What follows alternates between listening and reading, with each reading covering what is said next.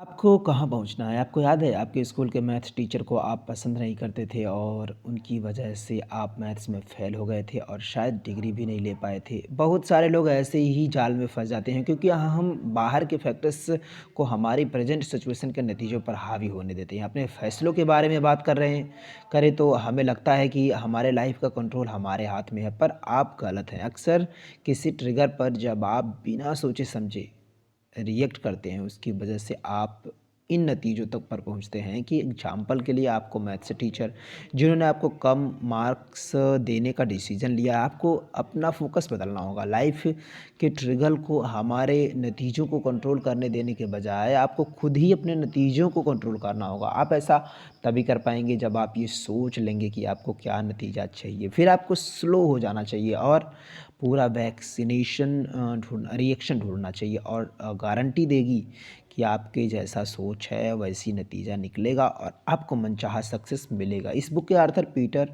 एक कंसल्टेंट भी हैं। उनके एक क्लाइंट का नाम हंटर था जिसकी कंपनी पर बहुत सारे केस चल रहे थे।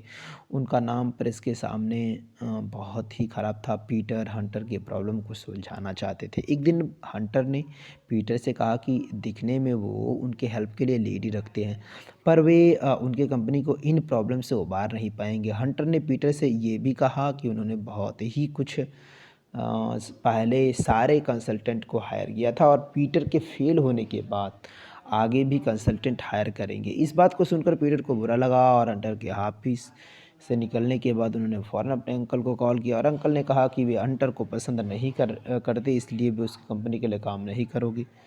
अगर अंकल इस बात को सुनकर हंसे और पीटर को भी इम्पोर्टेंट लेसन सिखाया। उन्होंने कहा कि ये ज़रूरी नहीं कि हम जिसके साथ बिज़नेस करते हैं वो हमें पसंद आए, हमें तो बस अपने बिज़नेस या काम पर ध्यान देना चाहिए। इसलिए पीटर ने डिसाइडेड किया कि वे हंटर के लिए काम करेंगे और वहाँ उन्होंने काफ़ी सालों तक काम भी किया। एक दिन पीटर हंटर के ऑफिस गए और वहाँ शेल्फ में अपनी लिखी हुई बुक देखी। पीटर ने पूछा कि क्या हंटर ने इस बुक को पढ़ा है? हंटर ने जवाब दिया हाँ, उसने वो बुक पढ़ी है और ये बताता है कि बुक बहुत अच्छी है।